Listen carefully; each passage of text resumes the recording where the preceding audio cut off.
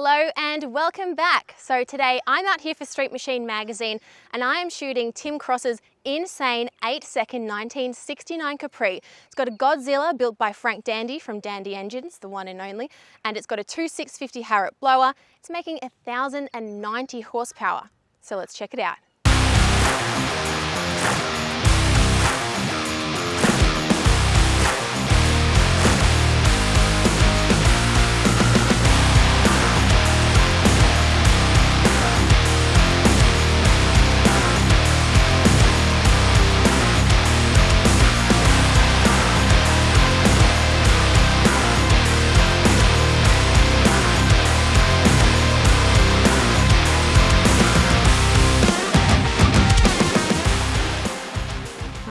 So I'm going to test this out. My first exposure, I'm polarizing the glass. And for my second, I'm going to polarize the paint. And my focal point is remaining the same. We've finally got a nice balance of just using the light to get the paint to pop.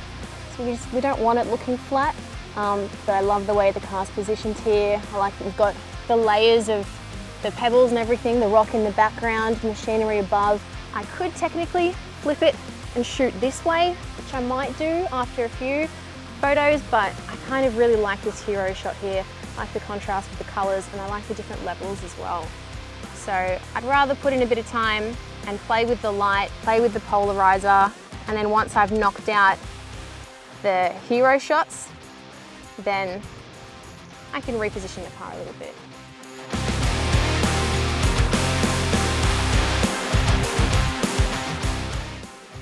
So usually I would use the flashes to fill in the shadows, but because it's quite overcast today, sun's peeking out right now, but that's like the first time since we've been here, and the light's been flat. So instead of filling in the shadows, I'm just going to be using the strobes to make that paint pop, so we get that nice colour and all the details of that.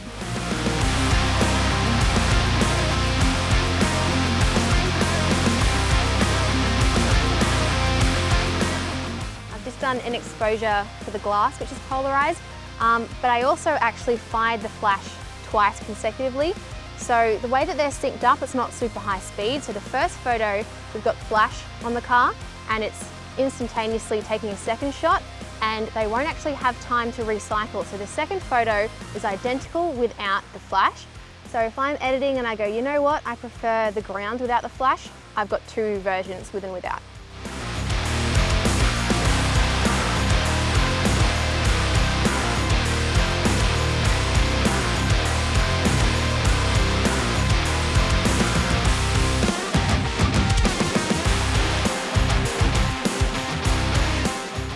Oh wow, yep, that's perfect. That's it. Got the angle, got the lights, got that tyre popping. That's what we want.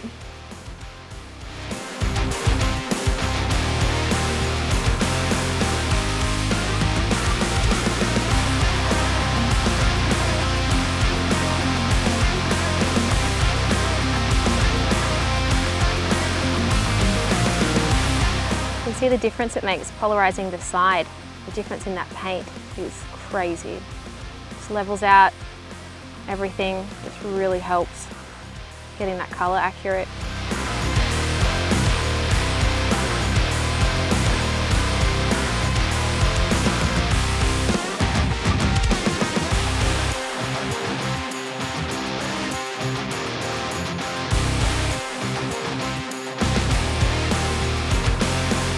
We don't actually have a shed to shoot in, which is why we're doing this fully outdoors. I usually do the details in the shed at night, but we can make do.